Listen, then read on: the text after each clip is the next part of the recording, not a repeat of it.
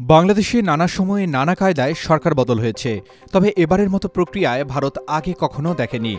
শেখ হাসিনার আকস্মিক পতন ভারতের জন্য বড় ধাক্কা, কারণ বিগত বছরগুলোতে ভারতের বাংলাদেশ বিষয়ক পররাষ্ট্রনীতির গতি প্রকৃতি আওয়ামী লীগকে ঘিরেই সাজানো হয়েছিল।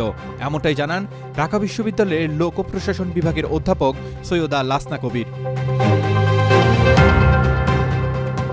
ঢাকা দিল্লির সম্পর্ক যখন এমন নাজুক, ঠিক তখন চীনে রয়েছেন অন্তর্বর্তী সরকারের প্রধান উপদেষ্টা ডক্টর মোহাম্মদ ইউনূস।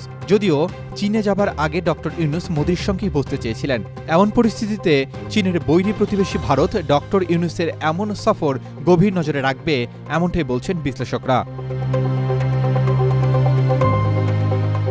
ডক্টর ইউনূসের এই সফর কি বাস্তববাদী কূটনীতির দিকে বাংলাদেশের একটি পদক্ষেপ, নাকি বাংলাদেশ ধীরে ধীরে চীনের কৌশলগত প্রভাব বলয়ের মধ্যে ঢুকে পড়ছে?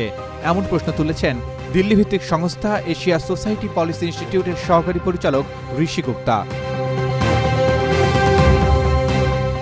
দেশি বিদেশি বিশ্লেষকরা বলছেন, ক্ষমতাচ্যুত প্রধানমন্ত্রী শেখ হাসিনাকে ফেরত দিতে রাজি না হওয়া ও বাংলাদেশের সংখ্যালঘুদের উপর নির্যাতনের অভিযোগ তোলা সহ নানা কারণে দুদেশের মধ্যে সম্পর্কের টানাপোড়েন। এর মধ্যেই বেইজিং ঢাকার সঙ্গে চিকিৎসা, বাণিজ্য, প্রতিরক্ষা, বিনিয়োগ এবং অন্যান্য কৌশলগত ক্ষেত্রে সম্পর্ক জোরদারের চেষ্টা করছে। রয়টার্সের প্রতিবেদনে বলা হয়, যখন শূন্যতা তৈরি হয় তখন অন্যরা এসে সেই স্থান পূরণ করবে। তবে ভারত কি চীনের সঙ্গে এমন সম্পর্ক সোজা চোখে দেখছে? তাছাড়া ভারতের আরেক প্রতিদ্বন্দ্বী পাকিস্তানের সঙ্গেও সম্পর্ক উন্নয়ন করেছে বাংলাদেশ।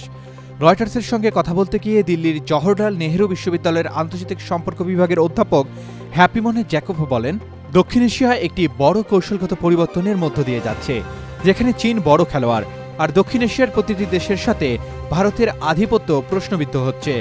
ইন্ডিয়ান এক্সপ্রেসের এক প্রতিবেদন বলছে, চীন যখন বাংলাদেশকে আকৃষ্ট করছে তখন ভারত সতর্কতা ও ধৈর্য ধারণের কৌশল নিয়েছে।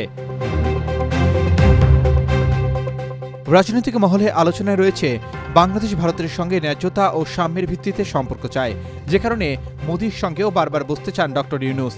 এর আগে যুক্তরাষ্ট্রে জাতিসংঘের সাধারণ পরিষদের অধিবেশনের ফাঁকেও মোদির সঙ্গে বসতে চেয়েছিলেন ইউনূস, কিন্তু পরে তা আর হয়নি।